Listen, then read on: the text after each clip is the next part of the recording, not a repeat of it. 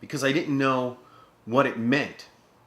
I didn't know what I was supposed to do with this. I had no support system to understand what happened to me.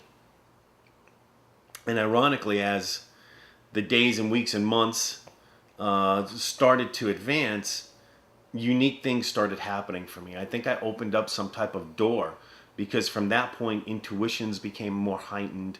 I started to have very lucid dreams that would become reality. I started to sense when things were, how do I put this? At points in my life, I was almost like the little boy in Ghost, especially when I was younger. I mean, I could see spirits. They would come and sit and talk to me. I started to have memories of lives that I had before that were not of this body. I mean, physical dreams where I knew that this was me and I knew that this happened. I had one reoccurring dream over and over again where I was on a battlefield in Scotland and I was stabbed right back here. And I knew that I died.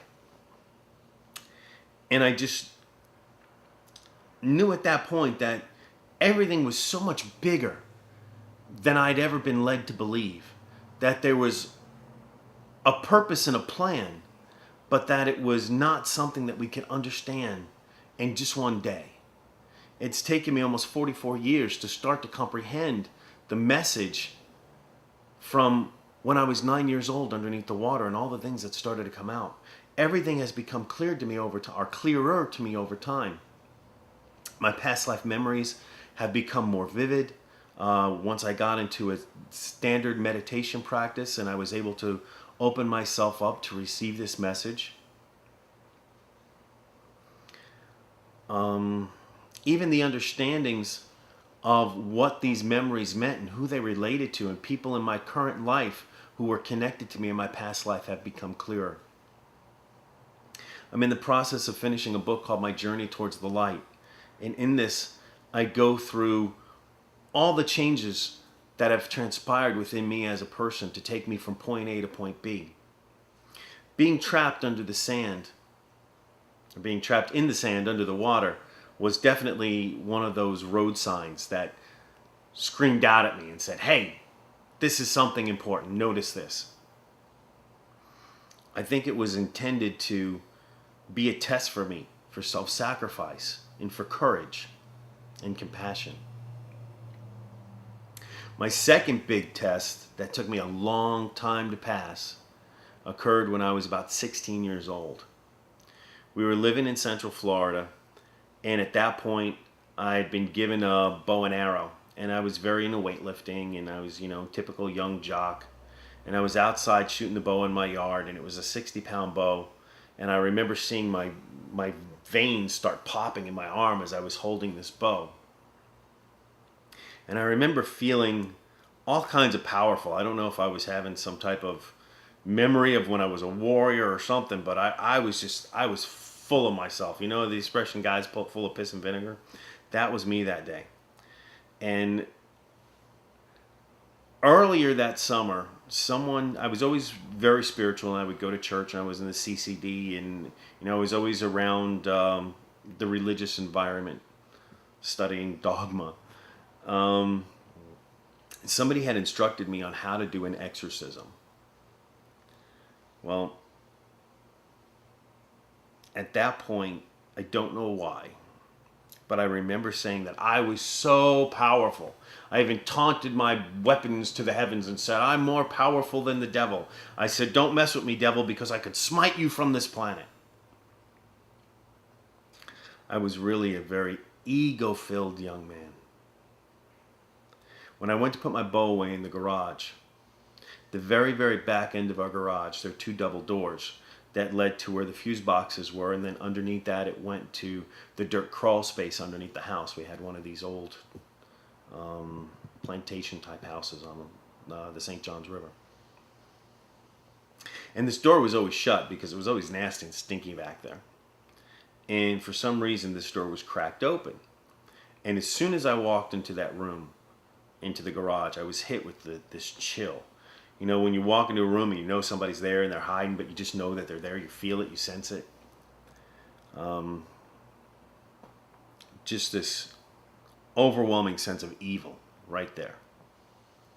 And I said, "Oh, there you are. You're in the back of the garage, back in the closet," because it was all dark. And I said, "Why don't you come out and see me?" Filled with piss and vinegar. And the garage door, remember their double doors, the one that was cracked open started to slide open just a crack. And I said, "Oh, good, you're coming out into the light." And with that, the door started to shut. And I said, "Oh, you're scared to face me." Filled with this boyish ego. And with that, the door creaked open again. And I said, "Oh, you want me to go in?" I totally had the sense that it wanted me to go into the darkness. And I said, "I'm not going into the darkness. You come into the light. If you want to face me, come into the light and face me." And then the door started to close. And I looked at it and I said, "Ha ha, pussy." And both doors, and this second door had pins into the door jamb and into the cement floor that used to keep that shut. Both doors burst open, and this ice cold air flew at me. And in the face of this swirl, I could make out the face of what looked like those big Chinese dragons that you see during the New Year festival. And this thing came right at me. And it went right into my heart. And I doubled over and I went, it was like it squeezed my heart and took all the air out of my lungs. I thought I was going to die right there. I mean, every single thought that I had that I was this great thing just vanished at that instant. I was like, "Oh my God, this thing's going to kill me." And I remember just a total opposite from when I was that kid underneath the water. Instead of sacrificing, I was begging for my life. I was like, "No, no, no, no, no." This thing flew out my back. At that point, I'd wanted to become a priest. I had very, very unique incidents throughout my earlier days that were kind of leading me towards this path of spirituality. One of them was I was working in my dad's restaurant and I was slicing tomatoes and I cut a big chunk of my thumb off. Almost this much of my thumb. There was just this little piece left.